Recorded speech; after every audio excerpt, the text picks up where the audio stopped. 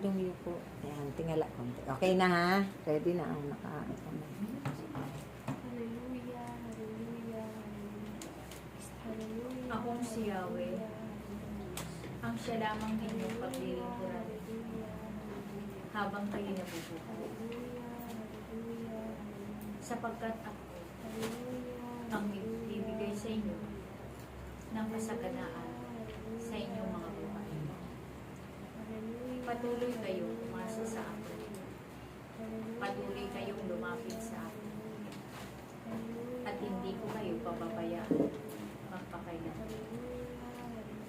Kayong lahat na narito ay mapapalad. Sapagkat ang aking pangalan ay taglay ninyong lahat. Amen. Kaya huwag kayong matakot na magpuri sa akin. Patuloy ninyo akong sambahin. At ako na inyong Ama ang magbibigay sa inyo ng mahabang buhay. Amen. Paglingkuran ninyo ang Diyos habang kayo ay nabubuhay. Sapagkat kailanman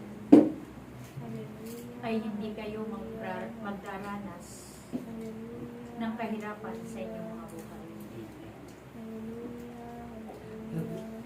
Kaya kayo na naririto ay patuloy kayong magbahala, magpatawaran, at magkaisa kayo sa pananalangin sa Diyos. Sapagkat dito sa mundong ito ay maraming magaganap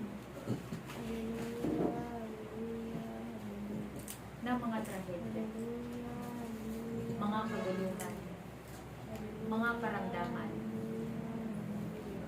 at marami pang iba. Kaya sa sama-sama ninyong panalangin, ito ay aking hilingin. At huwag kayong hihinto sa inyong paglilingkod sa akin. Sapagkat ako na inyong Diyos ay hindi kayo pababayaan magpakailan. Sa araw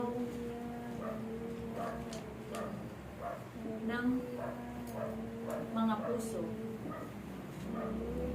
kayo ay magkaisa, magmahalan kayo, magpatawaran, sapagkat ito ang nararapat. Sapagkat ako ang Diyos ng pag-ibig. Kayong lahat ay mahalaga sa akin. Iniibig ko kayong lahat. Pinatatawad ko kayong lahat. Pinagagaling ko kayong lahat. Pinalalakas ko kayong lahat. Sapagkat kayo ay mahalaga sa akin. Amen. Kaya nawa ang bawat isa sa inyo ay ganon din ang gawin ninyo sa inyong mga kapwa. Patuloy na tahakin ninyo ang landas na matuwid upang hindi kayo mapahamak. Upang kayong lahat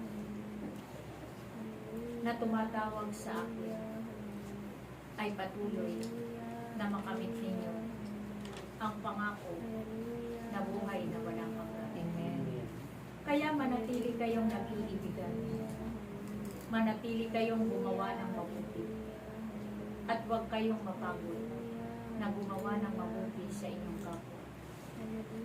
Magtanim ng kabutihan upang sa takdang panahon ito ay aanihin ninyo sa inyong mga buhay. Kaya kayo na tinawag at hinirang ng inyong Ama. Naway palagi ninyong pagsumikapan na kayo'y makadalo sa araw ng tipanan ninyo sa Diyos, sapagkat kayo'y hinirang niya upang siya'y inyong paglingkuran habang kayo nabubuhay. Kaya tandaan ninyo, aking mga anak, patuloy na isabuhay ninyo ang mga aral at turo na patuloy ninyong naririnig.